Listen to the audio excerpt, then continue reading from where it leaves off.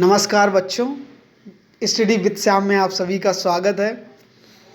और आज हम आप लोगों के लिए एक बेहतरीन लेक्चर लेकर आ गए हैं। और हमारा जो पुराना अब 2 दिन पुराना जो लेक्चर है यूपीएससी प्री, और आज हम नेक्स्ट स्टेप यूपीएससी मेंस की बात करेंगे, ठीक है, जो कि आप समझ लीजिए कि बहुत ही इम्पॉर्टेंट है। और मेंस का जो प्रोसेस है पूरे साल भर चलता है इस एग्ज़ाम का, ठीक है। तो आज हम बात करेंगे सबसे पहले कि मेंस में क्या क्या आता है और मेंस में किस तरह के एग्ज़ाम लिए जाते हैं, किस तरह का प्रोसेस है, ठीक है। सब लोग जानते होंगे कि जो सिलेबस होता है प्री और मेंस का सेम होता है, उसमें कोई दिक्कत नहीं है, अलग अलग नहीं होता। अगर आप मेंस की तैयारी कर लेते हैं तो प्री भी आराम से ही निकल जाएगा, इस चीज़ को याद रखना है, ठीक है, पहली बात। दूसरी बात कि इसमें क्या क्या आता है, इसमें कितने GS4 पेपर होते हैं, GS1, GS2, GS3, GS4। और इसके अलावा, ठीक है, इसके अलावा भी आपका ऑप्शनल एग्ज़ाम होता है मेंस में और ऐसे लिखे जाते हैं, ठीक है। और सबसे पहले आप सब लोगों को अब हम और इसके अब जब हम ये मेंस की बात कर लेंगे तो फिर जो इंटरव्यू होता है जिसे बोलते हैं पर्सनालिटी टेस्ट, उसकी भी हम चर्चा बेटा अगले लेक्चर में ज़रूर करेंगे। क्योंकि अगर वो पर्सनालिटी टेस्ट अच्छा नहीं हुआ तो आप मेंस की भी तैयारी कर लो तो कहीं ना कहीं कमी रह जाएगी आप। तो उसके लिए, क्योंकि हमारे बहुत जो टीम में लोग हैं वो कुछ लोग प्री मेंस निकाल चुके हैं, एक्सपीरियंस लोग हैं, और मैंने भी कुछ अनुभव किया है, मैंने भी प्री और मेंस क्वालिफाई किया है, ठीक है। लेकिन मैं इंटरव्यू में नहीं पहुंच पाया था, और तो मेरा भी कुछ एक्सपीरियंस है। और जो सर में कम से कम जो टीम में 3-4 लोग ऐसे हैं जिनके पास काफ़ी अच्छा खासा अनुभव है। तो हम ऐसा नहीं है कि बेटा ये सब हवा ही मार रहे हैं, ठीक है। पहली अब हम बात करते हैं GS1 में क्या क्या आता है। तो GS1 में आपको पता होना चाहिए बेटा हिस्ट्री, इंडियन हेरिटेज और कल्चर। GS1 में जो मोस्ट इम्पॉर्टेंट है हिस्ट्री, इंडियन हेरिटेज और कल्चर्स, ठीक है। और फिर इसकी हमने जो बुक्स बताई थी आपकी हिस्ट्री के लिए, आपको पता ही है, अगर बहुत ही अच्छा अगर पूछा जाए सोर्स तो NCERT। अगर आप NCERT 9 से 12 तक आप रीड कर लेते हो, समझ लो आपकी हिस्ट्री कंप्लीट हो जाती है। लेकिन इसके अलावा Indian struggle for independence, Bipin Chandra की बहुत अच्छी बुक है हिस्ट्री के लिए, काफ़ी आती है, प्री में भी इसके बहुत क्वेश्चन पूछे जाते हैं। एक Indian after independence bye Bipin Chandra की भी ये एक बुक है। और history of medieval India Satish Chandra की, ठीक है। ये इम्पॉर्टेंट है लेकिन इतना नहीं, जो सबसे इम्पॉर्टेंट है बिपिन चंद्रा। और एक दूसरी history of medieval India Satish Chandra, ये भी इम्पॉर्टेंट है। और ancient Indian by RS Sharma. Book सारी इम्पोर्टेंट हैं, लेकिन अगर आप हमसे बात करेंगे, हम अपना एक्सपीरियंस बताएं तो NCERT that's must sufficient for mains exam, ठीक है। अगर आप उतना पढ़ ले तो हो जाएगा। और इसके बाद स्पेक्ट्रम भी बहुत अच्छी बुक है, उसको भी आप ले सकते हो। अब बेटा हम बात करते हैं GS2 की, जिसमें GS2 में 2 चीज़ें कवर होती हैं। एक तो बेटा जियोग्राफी और इंटरनेशनल रिलेशंस, पॉलिटी और इंटरनेशनल रिलेशंस, जियोग्राफी और पॉलिटी इंटरनेशनल रिलेशंस, ये GS2 में आते हैं, पहली बात याद रखना।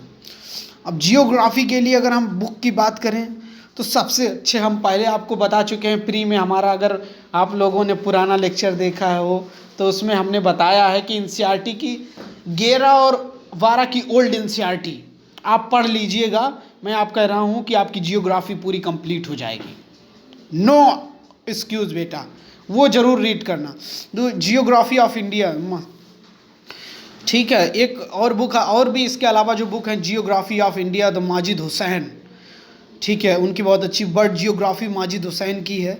वर्ल्ड एटलस मतलब वो आप रख सकते हो जियोग्राफी, देख certificate physical and human geography GC long की, ये भी बहुत अच्छी बुक है, लेकिन आप लेना चाहें तो ठीक है ले लेते हैं, कोई बात नहीं। फंडामेंटल अगर आपके पास समय है तो आप पढ़ सकते हैं, लेकिन अगर नहीं है तो फिर NCERT दैट सफिशिएंट। एक फंडामेंटल ऑफ फिजिकल जियोग्राफी, ये बुक बहुत इंपॉर्टेंट है, फंडामेंटल ऑफ फिजिकल जियोग्राफी एक बुक आती है। और इसके अलावा आपको एनसीईआरटी क्लास 11 और 12 की, इसमें लिखा नहीं है, क्लास 11 और 12 की ओल्ड एनसीईआरटी आप याद रखो, ठीक है। उनको ब्रीफली रीड करना, ब्रीफली मीन्स गहराई से और इतने अच्छे से 10 बार रीड करना है, तब आप जाके GS2 के आपका प्रिपरेशन। इसके अलावा फिर GS2 में पॉलिटी और इंटरनेशनल रिलेशंस आता है। इंडियन पॉलिटी के लिए यम लक्ष्मीकांत दैट्स सफिशिएंट, इसके लिए बेटा कहीं जाने की कोई ज़रूरत नहीं। यम लक्ष्मीकांत दैट्स मस्ट सफिशिएंट, उसमें आप समझ लिए अगर आप एक बार रीड कर लेते हो तो आपका काम पूरा हो जाएगा। दूसरी बात, और इधर उधर भटकने की ज़रूरत नहीं बेटा, मैं साफ बता रहा हूँ आप लोगों को। दूसरा, introduction of the constitution of India DD Basu की है, लेना चाहते हो अगर आप पढ़ना चाहते हो, अगर समय है तो पढ़ सकते हो, लेकिन M Laxmikanth most sufficient book, ठीक। और एनसीईआरटी, और एक दूसरी है Indian foreign policy by Rajiv Sikri की, ये भी अगर इंटरनेशनल रिलेशंस के लिए, जो इंटरनेशनल रिलेशन भी आता है ना, 10% इसमें लगभग क्वेश्चन बहुत पूछे जाते हैं GS2 में। तो बेटा इसमें तो बुक दी है Indian foreign policy by Rajiv Sikri की, लेना चाहे ले सकते हो, लेकिन इंटरनेशनल रिलेशन के लिए आपको हम सबसे अच्छा प्रेफर करेंगे, क्योंकि मैंने फील किया है कि आप एक न्यूज़पेपर आप लगा लीजिए। अगर हिंदी में तैयारी कर रहे हैं तो दैनिक जागरण, अमर उजाला एक लगा लीजिए उसमें से, और अगर आप इंग्लिश से तैयारी कर रहे हैं तो द हिंदू और इंडियन एक्सप्रेस, दो में से एक कोई भी लगा लीजिए, ठीक है। और अगर हमसे बात करे जाए तो हिंदू और इंडियन एक्सप्रेस में इंडियन एक्सप्रेस ज़्यादा अच्छा रहता है, क्योंकि उसकी जो भाषा है बहुत सरल है। तो इंटरनेशनल रिलेशंस के लिए आप समझ लीजिए एक न्यूज़पेपर आपको लिए, दैट्स सफिशिएंट, इसके अलावा और कुछ नहीं। अब आ जाते हैं GS3, पेपर GS3 की बात करते हैं, जिसमें इंडियन इकोनॉमी, रमेश सिंह की एक बुक है इंडियन इकोनॉमी, बहुत अच्छी बुक है, उसको रीड करना है। और इसके अलावा भी हम आपको बता देते हैं एनसीईआरटी 9 से 12 तक, ठीक है। इंडियन इकोनॉमी की एनसीईआरटी 9 से 12 तक आप यार रीड कर लीजिएगा, आपका काम हो जाएगा।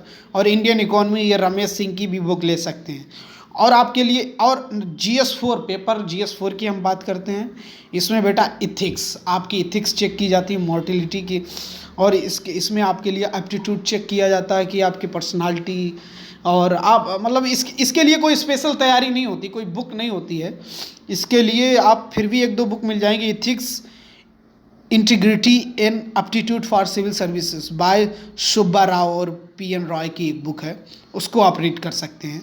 लेकिन GS पेपर के लिए कोई स्पेशली ऐसा कुछ है नहीं कि आपको रीड करने की, इसके लिए आप न्यूज़पेपर और अच्छी बुकें, और ये जो बुक हमने बता दी है ethics, integrity and aptitude for civil services.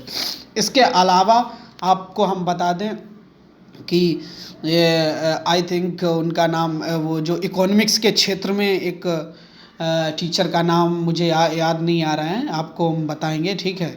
मुरनाल sir, मुरनाल, ठीक है। अगर उनके आप लेक्चर देख लेते हैं इकोनॉमिक्स में, आप समझ, यूट्यूब पर आप जाएंगे और मुरनाल सर डालेंगे तो उनके लेक्चर यूट्यूब पर आ जाएंगे। इतना अच्छा उन्होंने बताया इकोनॉमिक्स के बारे में, और इथिक्स की भी उन्होंने तैयारी कराई है, ठीक है। और ऑप्शन के लिए आप जैसा भी लेते हैं बेटा, वो आपके लिए बहुत ही इम्पोर्टेंट हो जाता है, ठीक है। और मैं आप सब लोगों को एक चीज़ और बता देना चाह रहा हूँ कि अगला जो हमारा प्रीव्यू मैंने डाला है, ये मेंस है, दूसरा लेक्चर, और तीसरा लेक्चर आएगा पर्सनालिटी टेस्ट, जिसे बोलते हैं इंटरव्यू। और इसके अलावा स्टडी विद श्याम के जो और भी मेंबर हैं, वो आपके लिए कुछ ना कुछ नया डेली लाते रहेंगे। और आपको बता दें कि जो हाई स्कूल के बच्चे हैं, उनके लिए भी कुछ सीरीज चालू हो रही है कुछ समय से, ठीक है। वो लेट लपेट हो रहा है, लेकिन जो अगला सत्र चलेगा अप्रैल से बेटा, उन लोगों के लिए मैं बात कर रहा हूँ, अप्रैल के लिए बात कर रहा हूँ, ठीक है। क्योंकि इस बार अब बच्चों का एग्ज़ाम आ गया है, तो अब सीरीज चला नहीं सकते उतना, तो क्योंकि हम लोग तो फ्री एजुकेशन दे रहे हैं, पैसे तो ले नहीं रहे हैं आपसे, ठीक है। तो आप लोगों के लिए क्या है ना कि हमारे पास उस तरह साधन नहीं है, और जिस दिन साधन इकट्ठे हो जाएंगे आपको फ्री पढ़ाएंगे, कोई पैसा नहीं बेटा हमारी तरफ से। और स्टडी विद श्याम को दबा के लाइक, शेयर एंड सब्सक्राइब कर दीजिए। और इसी के साथ हम आप सब लोगों को विदाई चाहते हैं। धन्यवाद।